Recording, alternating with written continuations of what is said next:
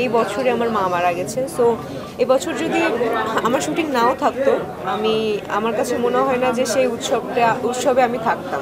আমার মা যে নেই আমার কাছে, কিংবা গত বছরও পূজার সময় আমার পাশে ছিল, আমার কাছে ছিল, হাত ধরে ধরে পুরো মানে বাংলাদেশের মণ্ডপ ঘুরেছি, পূজা মণ্ডপ ঘুরেছি। তো ওই জিনিসটা যখন রিকল করি না, তখনই আমি একটু ডিপ্রেসড হয়ে যাই।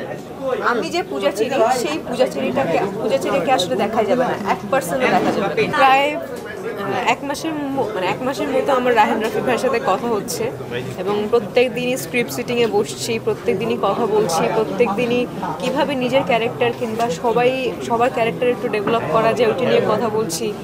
আমার কাছে ভালো না লাগলে আমি রাফি ভাইকে বলছি, শেয়ার করছি। রাফি ভাইয়ের কাছে যদি কোনো কিছু মনে হয় যে এই ইনপুটটা দাও পূজা, এভাবে আসলে 1 মাস ধরে চলছে। এবং প্রেশারের কথা যেটা বলছেন, দেখুন আমি ইন্ডাস্ট্রিতে অনেক বেশি ছোট, এবং এত বড় বড় আর্টিস্ট বলি, তারা আবার পরিচালকও আছে। সুমন আনোয়ার ভাইয়ের কথা যদি বলি, তারপর আবার সালাউদ্দিন লাবলু ভাইয়ের কথা যদি বলি, ওরা পরিচালক এবং প্লাস অভিনেতাও। তো ওই প্রেশারটা না আসলেই কাজ করছে যে এত বড় বড় আর্টিস্টদের মাঝখানে আমি একজন ছোট আর্টিস্ট কিভাবে কি করব। বাট তারপরও যেহেতু সবার সাপোর্ট আছে, এবং আমি বলবো রাহেন রাফি ডিরেক্টর আছে, সো ওই কাজটা আমার কাছে মনে হয় যে হালকা হলো একটু কমে যাবে। পূজা হচ্ছে মানে দুর্গা পূজা হচ্ছে আমাদের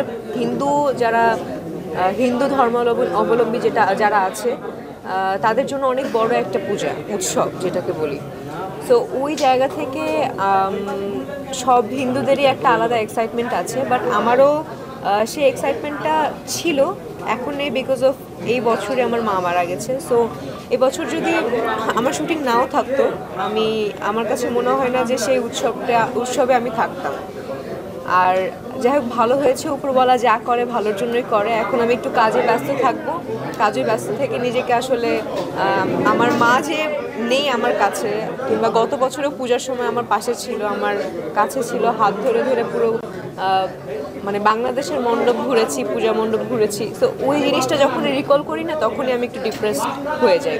তো আমি এই ডিপ্রেশনের মধ্যে আসলে যেতে চাচ্ছি না। আমার মা বাবার দুজনেরই দোয়া আছে, সারা জীবনই থাকবে, এবং আমি কাজের মধ্যে দিয়েই নিজেকে ব্যস্ত রাখতে চাই। দেখুন, ডে বাই ডে আসলে মানুষ পরিবর্তন হয়, মানুষ পরিবর্তনশীল। এখন যদি আমি দহন সিনেমা দেখি কিংবা পোড়ামন 2 সিনেমা দেখি, আগের যেই সিনেমাগুলোই দেখি, আমার কাছে মনে হয় যে কী অভিনয় করেছে, এটা কোনো অভিনয়ের মানে পর্যায়ে পড়ে। বাট এখন আসলে 2024 নিজেকে চেষ্টা করব আরও অনেক বড় একটা জায়গায় নিয়ে যাওয়া, নিজের অভিনয়ের স্কিলটা আরও বাড়ানোর। এবং আগে যে রাহেন রাফি ছিল, এখন রাহেন রাফি অনেকটা পরিবর্তন হয়েছে। সো আমি আমার জায়গা থেকে, আমি আর্টিস্টের জায়গা থেকে চেষ্টা করব নিজেকে পরিবর্তন।